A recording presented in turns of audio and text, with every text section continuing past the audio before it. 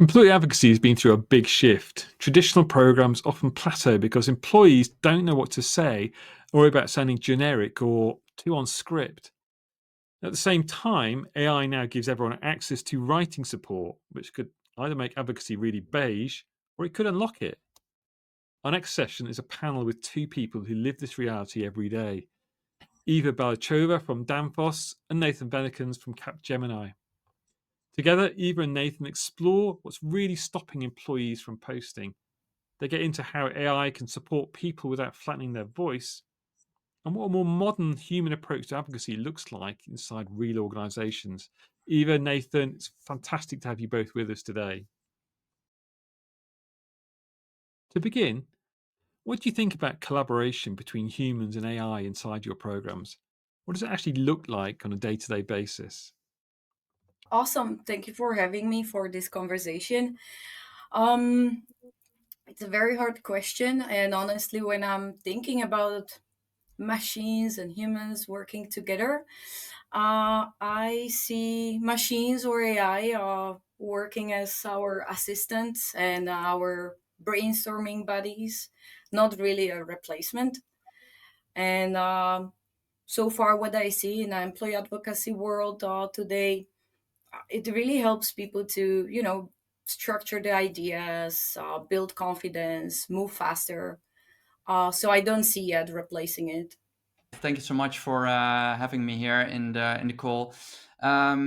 Yeah, when you talk about machine collaboration, of course, obviously, you also talk about AI. And what we see Mm, right now is actually that there's a lot of caution about working with AI at this moment. So we don't want AI to or an AI input to harm our people and our organization. For example, saying things that are not correct or authentic, right? So we're not embracing it like fully yet. We are a little bit mm, cautious, right? So and I think we're mostly working now with AI, on efficiency, to do things faster. Now meaning maybe meaning like quantity above quality at this point. But I think eventually people will evolve in the future, right? So that collaboration between machine and our people and our organization working together, I think we are learning now, right, from the possibilities with working with machines, with AI, between people. So, and eventually I think one thing is very important is that too much AI will lose trust, especially in advocacy, right? So we mm, need to keep that human touch. And I think AI, and eventually, and the collaboration with our colleagues, eventually will end up, and also within marketing as a whole, into personalization, right? So I think that's where that collaboration will be eventually. That personalization, because AI can help with that a lot. So we empowering ambassadors to use AI chat at the beginning because we have AI chat within our Microsoft environment, so we could protect the security of the data that they might share in it, and of course they're getting a training on how to distinguish between sensitive data and not. And we teach our ambassadors when they are prompting it, like how they should use it in order to write from their personal perspective. So how they can protect that human judgment or that personalization or hyper personalization that mm, Nathan is talking about. What we see with our ambassadors is that the blank page is the hardest part for them. That mm, we have many like enthusiastic ambassadors that they want to post, but they are just not confident about posting. They are not aware what kind of stories they can talk about, and they think they have no writing skills. This is like our maybe most problems we can see that's stopping ambassadors to post. So we, for example, offering AI prompt library for our ambassadors, or every week when we are giving them some ideas, like what kind of personal story they can post about, we always give them an example of the prompt they can run in an AI chatbot. So they get kind of trained on prompting it with the context, what kind of roles they can give it. So hopefully we're training them uh, confidently using it while maintaining their personality within or their personal input. So that's what we right now doing. So we don't go further than that. I know some ambassadors, they do trying to create content via AI, like trying to generate the images that are not that authentic at this point. But we also just looking into it like whatever gives them confidence and kind of teach them the consistency of posting, especially on the platforms like LinkedIn. We just take it, and then later inspiring them to either use it a better way, or teaching them how they can add their personal tone on it. Um, so we kind of empowering them to use it, and hopefully training them for the security. You both touched on prompts and guidance, which is really interesting. Now, AI can make content look perfect, maybe too perfect. Nathan, I mean, how are you helping employees keep their voice real when these tools can polish everything to the point where it no longer sounds like them? You know, the first thing what we do is, we have an advocacy program where we encourage our colleagues to, publish content related to Capgemini. But what we see more and more is the collaboration and actually the adoption of advocacy within our marketing initiatives and our sales Mm. initiatives. So I think the way how we do that, let's say from a more Capgemini and an employee advocacy perspective, is that we really are more like integrating in a process of integrating advocacy into our marketing initiatives, and that means that our Okay. marketers go to our experts, to ask them like, hey, you need to be part of this campaign, so you're participating, so you're basically become the face of this campaign, and vice versa. The experts, by that by doing that, and also, for example, point of views that we're writing or reports, they give the inputs to the marketers because they know, like, they are the experts, so they can give back the information to the marketers, like, hey, this is content that actually can help. So Definitely similar approach, but I feel when I'm listening to Nathan, we are a bit more looser on it. Like, we treat our employee advocacy not as a marketing channel, but we actually treat it as a culture building program and our professional Okay. development program.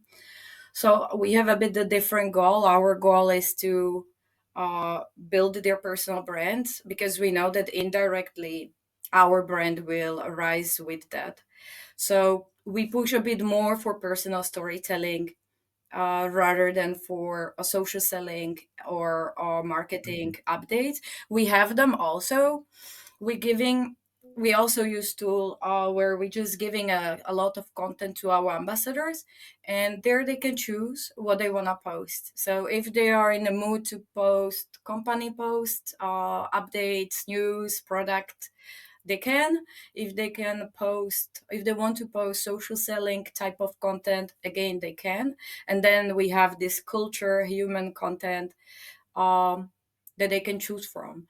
I mean, looking at that, we see that most of the time they choosing actually the third, the culture and people content Mhm. that we using, and we see the difference is that why they choosing it is a type of copy that we providing them.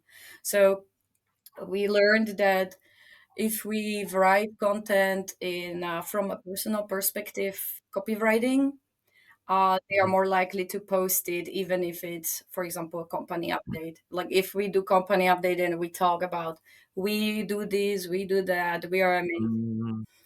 They are more reluctant to post on their social profiles. So what we then do, and there here we again recommending them to use AI. We have literally prompts where we tell them copy paste this what we give you, use this prompt, and it will turn it into your personal language while still Okay. maintaining our brand tone of the voice. And then we're giving them other prompt is where you completely want to go on your own, like uh, here is how you can prompt it on your own personality while still talking about Danfoss.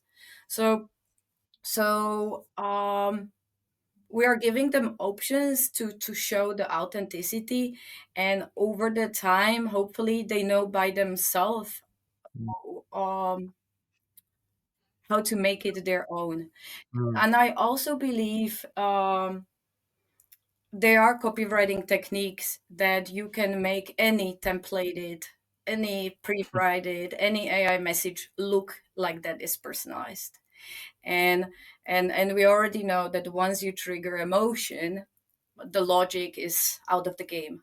So we're Mm. actually teaching ambassadors to play with these copywriting techniques, like what type of hooks they can start, how they can play with cliffhangers or call to action. So even if they use 80% AI, how they can little hack it and go about that so their audience might still engage with their posting. So I think a little more different than Nathan has, but pretty much I agree with everything what he says. Confidence is such a big part of employee advocacy. I mean, people might have the tools, but they still need to feel brave enough to post. I mean, especially when it's more personal. Do you think AI is empowering people to share more, or is it making them overthink what's good enough? I cannot really compare it completely. Like my subjective feeling is it's definitely helping them to post more. Yeah, it's with AI, you don't. Okay, with AI, of course, things become very easy for our people to publish, right? So within our advocacy program, and also, of course, it's all about personal brand, right? That's where advocacy comes in, right? That's also why we choose people that are naturally active on LinkedIn or other social media already. They are social savvy, basically. They know how it works, and that's also how we select our advocates, basically, right? So of course, everything is needs to be authentic. Everything, that's basically, the the base ground, Mm. of advocacy, right? To do it from a personal level. And but of course, we also see, our colleagues struggling with time, thinking about what content should they share. um, of course, we're helping them, related to our corporate content and our campaigns, like I just said before. But with AI, it's so much faster, easier to quickly create content and ideas. You only have to put an idea. You use ChatGPT, you use Copilot, and you put in a nice prompt and ask, like, hey, can you make a post around this topic, that with these keywords and with these thoughts, these point of views, and then create for me a post that helps me. It is so much faster, and I think that's really, is the key of AI at this point. It's efficiency, it's creativity, and it really can motivate our colleagues, and motivates our colleagues to be more active with their content production, for example. And that's what I said also in the beginning. Like, we need our community managers to collaborate with them, to motivate them, to continuously, be on top of them, to coach them, to do it in the right way, to balance the content. So that human part is very, very important. And Eva just pointed out that culture. And of course, that's Mm. also what we see at Capgemini too, right? Our leadership is becoming more and more active, more and more enthusiastic. And of course, they have a specific position. If they publish something on LinkedIn, many of our colleagues, start liking and responding, Mm. resharing this content as well. So it's basically all of those things that help our colleagues to be more active. AI Okay. definitely helps with that a lot.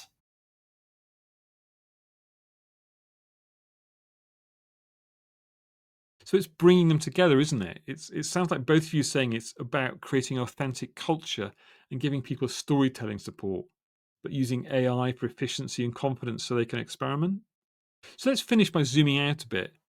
When you think about the next phase, Advocacy 2.0, what does that look like to you? How do you see AI changing your programs over the next year or two? Um, so it's maybe not next year, but for me, AI will mean bringing your authentic digital twin basically alive, right? So I'm not sure if this is really the thing, because I really, really, you know, I hope that we will not go into an era where AI is talking to AI only, and the human touch will go away fully. but I think we will get our coworker next to us, basically our digital twin. So where on LinkedIn your profile already is a reflection of us, right? But Mm. AI can bring that to life, act at its own, and connect with people, spot opportunities, answer questions, and respond on post autonomous, maybe even post on behalf of us, of course, with validation of us as well.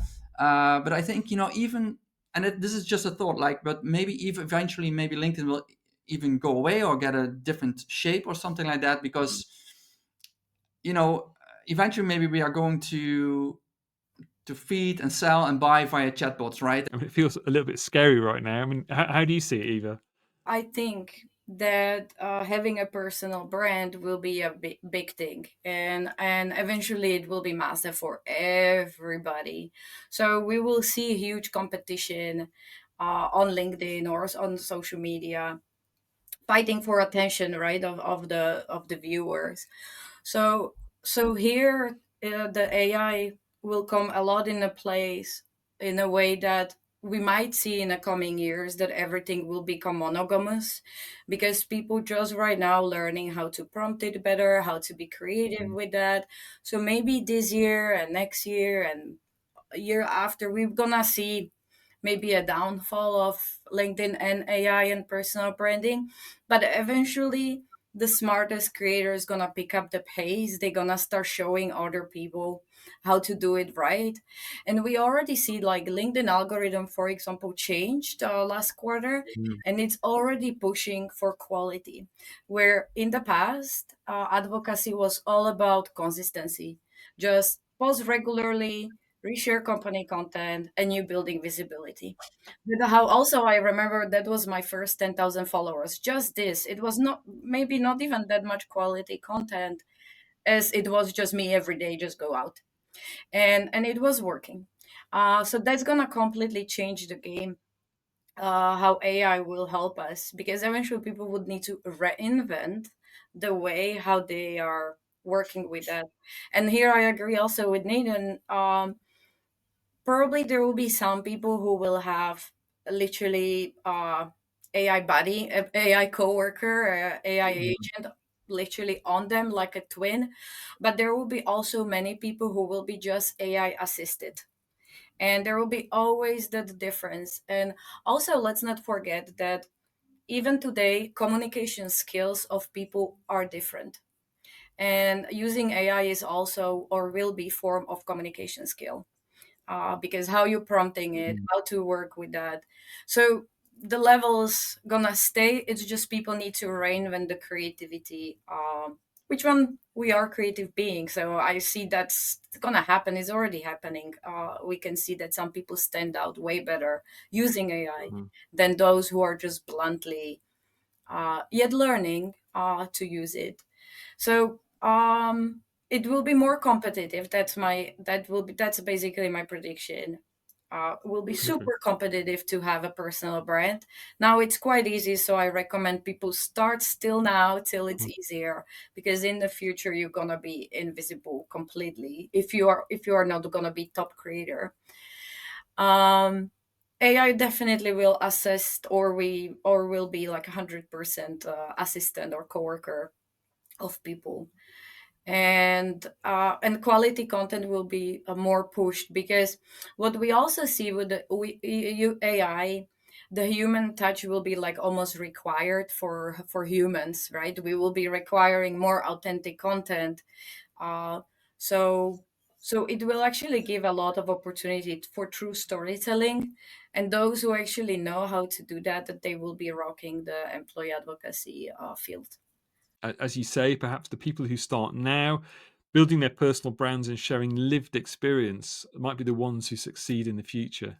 If I can just respond on that, because I totally Yeah. agree here. Because yes, we are now looking into efficiency a lot, but having that digital twin, or whatever development eventually will be there, also means that you eventually will have more time to be creative, to be real, to be that, to Mm. add that human touch, right? Because I always compare it with 3D illustration, right? If you want to have a perfect shape, like I want to have a 3D circle where you can walk around, it's that you can generate that with a computer, right? But it's like it feels really artificial, right? Just Mm. just a ball, right? But it's there where we break up that ball, that circle, right? Where we put on structures, lighting, shadows, all those things, where it feels more real. Because just AI, that will definitely not work. But it is interesting to see how LinkedIn will change as this evolves, especially with so many people talking about AI written content. I mean, do you feel people can keep up with LinkedIn's shift towards quality content? I'm interested to see how. Can I say And something on this topic, which one you brought? I, you know, it always already was there, because if you remember in employer branding, there was always this like a push for like, make your employer branding unique. Why everybody's using same taglines, like have an impact, unleash the talent, whatever, right? Every corporation have been employer brands have been just copy paste of each other, and all the time for many years, that one message is be unique, be specific. So that's already happening right now. And if you see at the job description or job advertisement, career websites, be honest, most of them are just similar already. mm, So they're gonna be similar with AI, but they are already similar today. So always that push for uniqueness will always be there. It's just now we blaming the AI for it. But before also the humans have been copy pasting ideas or the way of expressing the brand or cultures. So for me here, that's it's nothing really is gonna change. And also, if you really know some copywriting techniques, you can always make that 100% template make feels like it's mm, not templated. There are already today those techniques in the books, copywriting books mm, and NLPs, and we still stay human that are very like I don't know if you heard about the concept ethos, pathos, logos, and it's basically we humans. If you trigger the reptilian limbic system, mm, we don't see anymore like the AI machine. If we just get emotional with the first few sentences, we already buy in on the post. So many people will not see AI content because some people will get very smart how they are triggering those emotions, whether with amazing visuals that are created. It's gonna be entertaining. So I don't think everybody gonna see, oh, that's AI wrote that. I don't think so. We are that smart as we are emotional being. Yeah, and also Eva, because I agree, because what you see now is that people are experimenting with AI, right? So they try Sora, for example, to create interesting videos. You see a lot of experimentations there, and of course those stand out right now, right? So those things that you were not able to do before, you showcase something that you are, on a parachute, doing your work on a laptop, showcasing a video like that. It looks amazing. It stands out. But is that really your personal brand, or is that just an AI experiment? So I totally agree that, your personal brand, you know, that consistency eventually, that's where the real value comes in, and that's how people will recognize you, right? So IA is now an experiment, I think, and eventually we will adapt mm. it and make it more our own and give it our own point of view, our own touch, our own uniqueness. And perhaps No, even what is engaging and entertaining, what is it today, that might shift also. Like because we are mm, pushing the borders of the digital experience, right? These 3Ds videos and stuff. Maybe in the future also that would be attractive things to do. So then eventually more of us will be pushed to be more maybe digital artificial looking.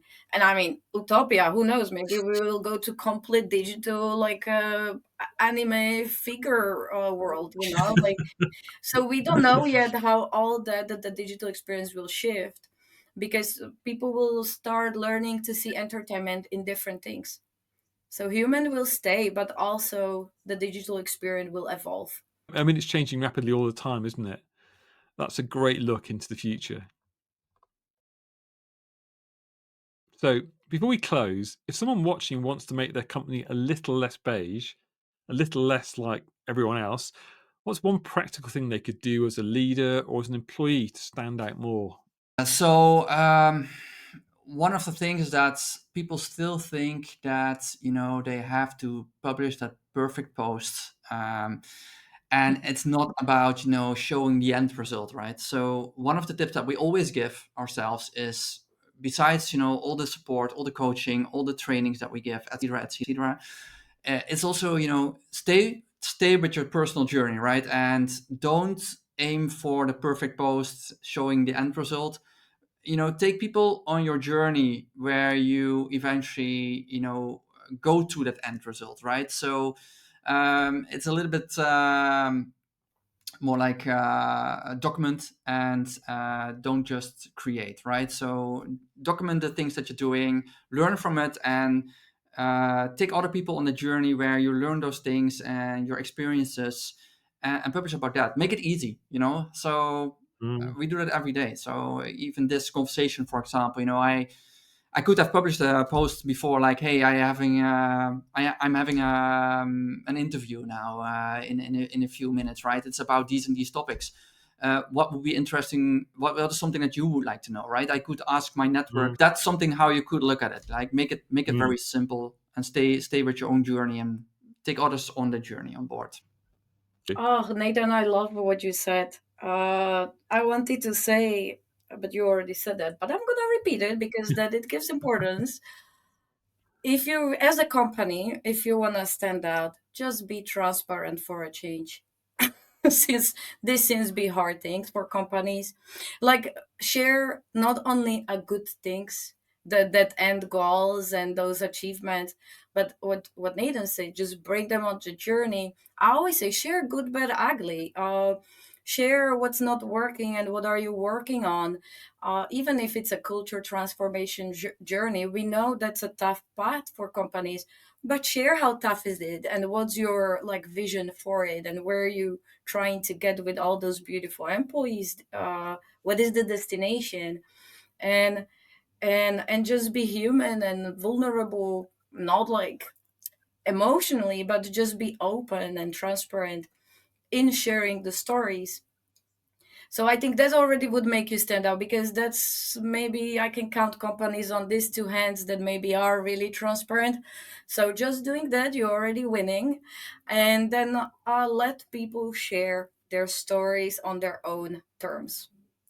That also will make you stand out, because people's stories are just the biggest buy-in you might get, and they will always be unique because there are never two same stories of two human beings. So just let people share. Don't be control freak. Eva, Nathan, thank you both so much. You've painted a really honest picture of reality inside organizations and shown that advocacy is as much about confidence, culture, and support as it is about tools. And that's exactly the nuance this discussion needs. Thanks so Thank you. much.